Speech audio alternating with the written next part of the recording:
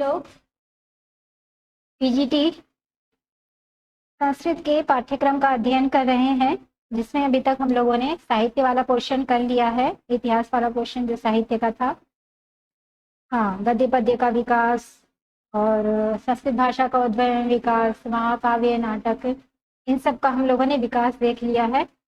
और इसके बाद हम लोग ग्रंथों का अध्ययन कर रहे हैं, जिसमें हम लोगों ने कठोपनिषद का जितना पाठ्यक्रम लगा था वो अध्ययन कर लिया है, जिसका कुछ पार्ट ही वहां पे आपको दिखाई दे रहा है। जब आप कोर्स को लेते हैं, मेरी कक्षा को ज्वाइन करते हैं, तो आप इसका कठोपनिषद के 3-4 पार्ट है जिसमें वो पूरा पाठ्यक्रम पूर्ण हुआ है।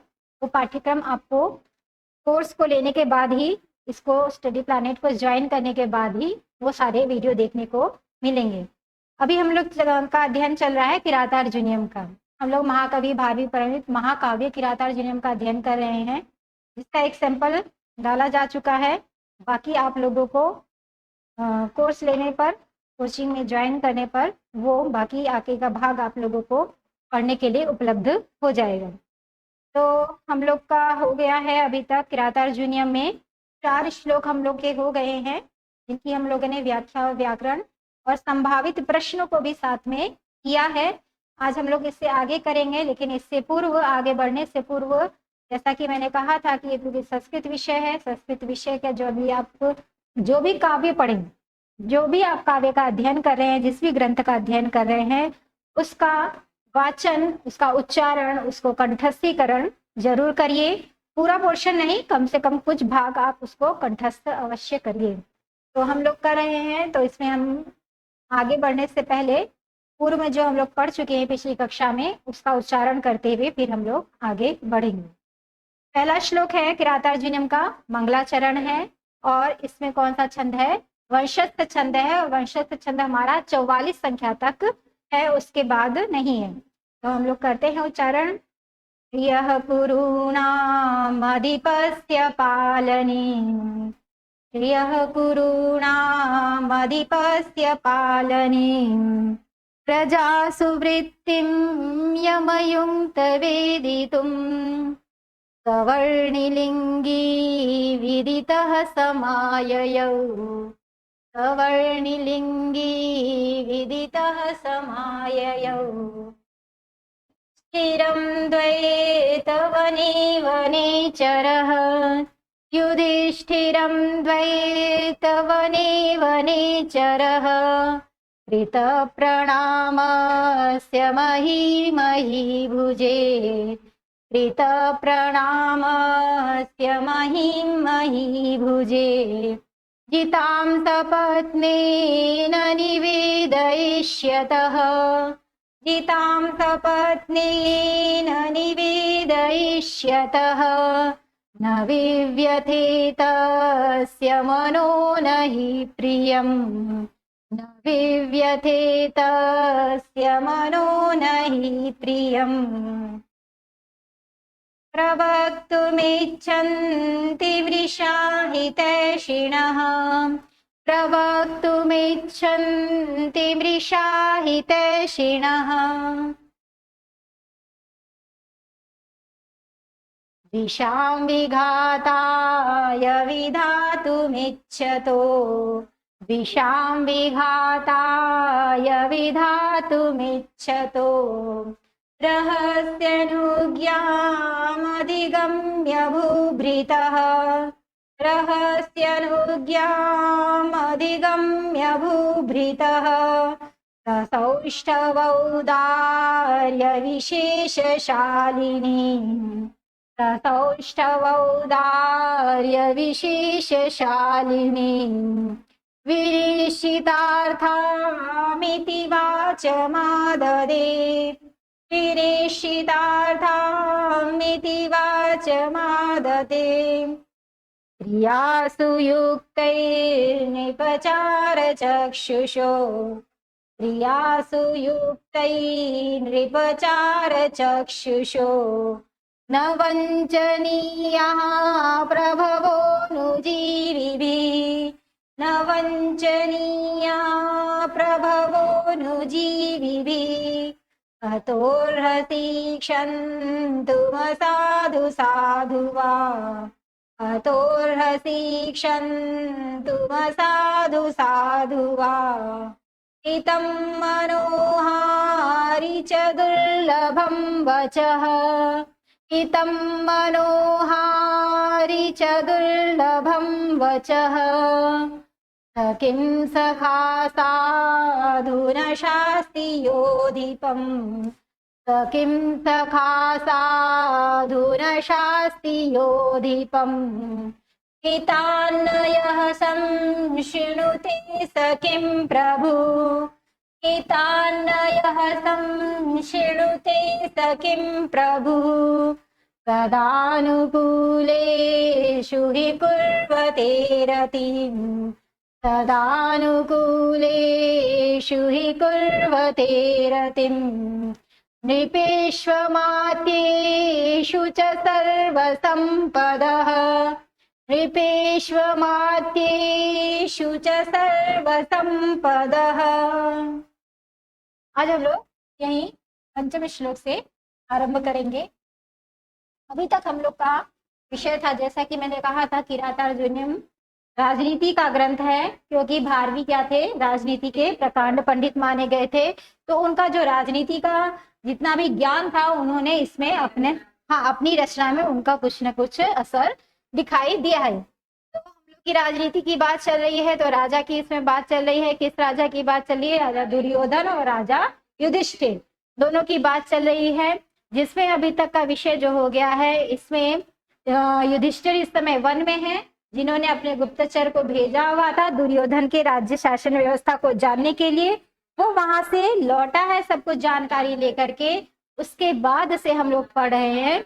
हाँ, इससे पूर्व वाले श्लोक में था वनेचर, जो गुप्तचर भेजा था युधिष्ठिर ने, उसने प्रथम उक्ति जो उसने पहली बार बोला था, वो चतुर्थ श्लोक से आरंभ हुआ था। क्योंकि हमारा जो प्रथम सर्ग है, ये दो भागों में विभक्त है, वनेचर की उक्ति और द्रौपदी की उक्ति।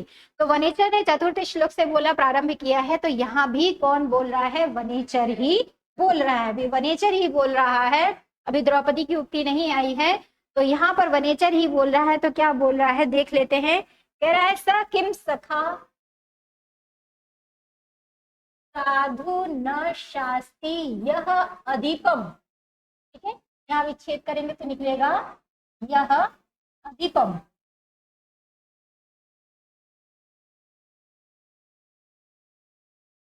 वह किम शब्द यहाँ दिया है सुस्थित अर्थ में। ठीक है, सुस्थित अर्थ में मतलब कि कैसा, वह कैसा है, वह जो मित्र, सखा जो मित्र है। ठीक है, मित्र, सुस्थित मित्र है। साधु न, साधु मतलब अच्छा, न नहीं, शास्त्री बताता है, उपदेश देता है या परामर्श देता है। ठीक है, शास्त्री मतलब उपदेश देना, बताना या परामर्श देना। फिर कह रहा है अधिपम, अधिपम स्वामी को। ठीक है, अधिपम स्वामी को मतलब यहाँ आ रहा है कि वो मित्र कैसा है, जो कि क्या करता है, अपने स्वामी को क्या करता है, हाँ, साधु न शास्त्री, अच्छी बातें नहीं बताता है, अच्छी प्रकार से उपदेश नहीं देता है, अच्छी सलाह नहीं देता है। किसको नहीं देता है? अधिपम स्वामी को या राजा को। यहाँ राजा की बात चल रही है, तो हम राजा अर्थ ले सकते हैं। यहाँ स्वामी लिखा हुआ है, स्वामी राजा का ही पर्यायवाची है। ठीक है, तो जो राजा को क्या करता है, उचित सलाह नहीं देता है, वो कैसा मित्र है। ठीक है, फिर कह रहा है हितात न यह संशिणुते स किम प्रभु। किम प्रभु कैसा राजा है, मतलब कि वह राजा कैसा है जो क्या करता है, हितात हित की बातें न नहीं, संशिणुते अच्छे से नहीं सुनता है, अच्छी प्रकार से नहीं सुनता है। तो कहने का मतलब यहाँ पर ये है कि कह रहा है, देख अन्वयार्थ देखेंगे, पहले हम लोग शब्दार्थ देख लेते हैं, फिर अन्वयार्थ देखेंगे। सदा अनुकूलेषु, हमेशा अनुकूल में रहती हैं। पूर्वते रतिम, ठीक है, करती है अनुराग। ठीक है, कुर्वते रखती है, हमेशा क्या करती है, अरतिम अनुराग, नृपेषु अमात्येषु च, राजाओं में और मंत्री में, राजाओं में और मंत्री में क्या अनुकूलेशु अनुकूल होने पर क्या करती हैं, हमेशा अनुराग करती हैं, क्या सर्व संपदः सारी संपत्तियां, ठीक है, सारी संपत्तियां क्या करती हैं, अनुराग करती हैं या प्राप्त हो जाती हैं, किसपे, कब, जब राजा और मंत्री में क्या होता है, अनुकूलता होती है, मतलब दोनों एक दूसरे के अनुकूल बातें करते हैं, विपरीत नहीं चलते हैं। अगर मंत्री कोई मंत्रणा कर रहा है कोई बात करने पर, हाँ राजा उसकी बात को सुन रहा है, तो यहाँ पर वही आ रहा है। अब अन्वयार्थ देखते हैं तो आपको समझ में आ जाएगा। अन्वयार्थ क्या कह रहा है, यह अधिकम, यह अधिकम, जो राजा साधु न शास्ति, अच्छी बातों को नहीं सुनता है, ठीक है, जो राजा क्या करता है, नहीं सॉरी, यह अधिकम साधु न शास्ति, जो राजा को अच्छी बातें या अच्छी सलाह नहीं देता है, ठीक है, किम सखा, वह कैसा उसका मित्र है या वह कैसा उसका, यहाँ सखा से अर्थ लिया है मंत्री के लिए, ठीक है, राजा का मित्र कौन होता है, अधिकतर मंत्री ही होते हैं ना, तो कह रहे हैं कि जो राजा को क्या नहीं करता है, अच्छी सलाह नहीं देता है, अच्छी बातें नहीं बताता है, वो कैसा उसका मंत्री है, ठीक है, यानी कि मंत्री को कैसा होना चाहिए, वो राजा के हित की बात बताए, राजा को अच्छी सलाह दे, उचित सलाह दे, ऐसा मंत्री होना चाहिए। फिर कह रहा है कि यह हितात न संशृणुते, यह को, अब ये राजा के लिए आ रहा है कि जो राजा क्या है, हितात न संशृणुते, हित की बात को ध्यान पूर्वक अच्छे से नहीं सुनता है, तो किम प्रभु, वो राजा भी कैसा, मतलब वो राजा भी सही नहीं है, राजा को भी कैसा होना चाहिए कि वो अपनी हित की बात अगर उसको बता रहा है मंत्री तो उसको सुने, और मंत्री कैसा होना चाहिए कि वो जो हित की उचित सलाह दे रहा है, उचित सलाह देने वाला होना चाहिए, ठीक है, मंत्री कैसा होना चाहिए, जो राजा को क्या करे, उचित सलाह दे, और राजा कैसा होना चाहिए कि जो उसके हित की बात बोल रहा है, मंत्री सखा आदि मित्र आदि, वो उसको क्या करे, संशुद्ध अच्छी प्रकार से सुने, ध्यान पूर्वक सुने, ठीक है। तो इसी को कहने का दूसरा तरीका है कि जो राजा को उचित सलाह नहीं देता वह सखा या मित्र नहीं है, यानी कि जो राजा को सही उचित सलाह नहीं दे रहा है वो उसका मित्र या मंत्री नहीं कहा जाएगा, और न ही वो राजा अच्छा माना गया है जो क्या करता है, अपनी हितैषी की बात नहीं सुनता है, तो वो भी राजा अच्छा नहीं माना गया है। फिर कह रहा है ही क्योंकि, अब वो बोल रहा है वनीचर कि क्योंकि, अब उसने पहले ये दो बात बता दी कि वो खुद क्या है, मित्र है उसका, है ना, हाँ, वो कह रहा है कि आपने मुझे जिस कार्य के लिए भेजा था मैं वहां से सारी जानकारी लेकर के आया हूं, तो मैं तो आपके हित की बात कहूंगा, है ना, लेकिन आप मेरी बात नहीं सुनेंगे तो आप भी अच्छे राजा नहीं हैं। तो राजा को उसके मंत्री की जो वो उचित सलाह देगा उसको मानना चाहिए। तो यहाँ पे वो अपने और युधिष्ठिर दोनों को पहले तैयार कर दिया है। इससे पहले भी, हाँ, इससे पहले भी उसने बोला था कि मैं जो भी उचित और अनुचित बोलूंगा मैं इसके लिए क्षमा के योग्य हूँ। और यहाँ पर भी कह रहा है कि जो मित्र होता है वो क्या करता है, राजा को उचित सलाह देता है और राजा को उसकी बातों को मानना चाहिए। वो यहाँ पे इनडायरेक्टली उससे बोल रहा है कि वो कैसा मित्र है जो कि उचित ही बात ना कहे, और वो कैसा राजा है कि जो अपनी हित की बात ना सुने। तो अर्थात कहने का तात्पर्य उसका ये हो गया कि मैं यहाँ आपको उचित सलाह दूंगा और आपको मेरी बात सुननी चाहिए, माननी चाहिए।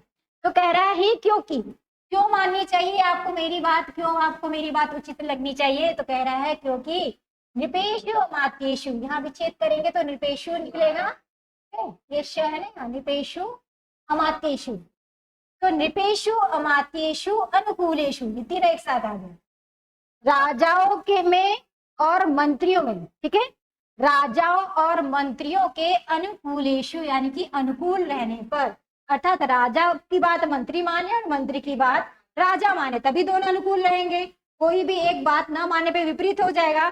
तो कह रहा है कि क्योंकि दोनों को बात यहाँ पर कहा है कि मित्र अच्छी उचित सलाह देने वाला होना चाहिए और राजा अपनी हितैषी की बातों को सुनने वाला होना चाहिए, क्योंकि राजा और मंत्री में अनुकूलता क्या होती है, सर्व संपदः सदा रतिम कुर्वते, सारी संपत्तियों को हमेशा अनुराग पूर्वक प्राप्त कराती है, या वो उसको अनुराग करती है, अर्थात जो सभी संपत्ति है, राजा को जो संपत्तियां मिलती हैं वो तभी उसको प्राप्त हो सकती हैं जब क्या होगा, उसका मंत्री के साथ अनुकूलता होगी।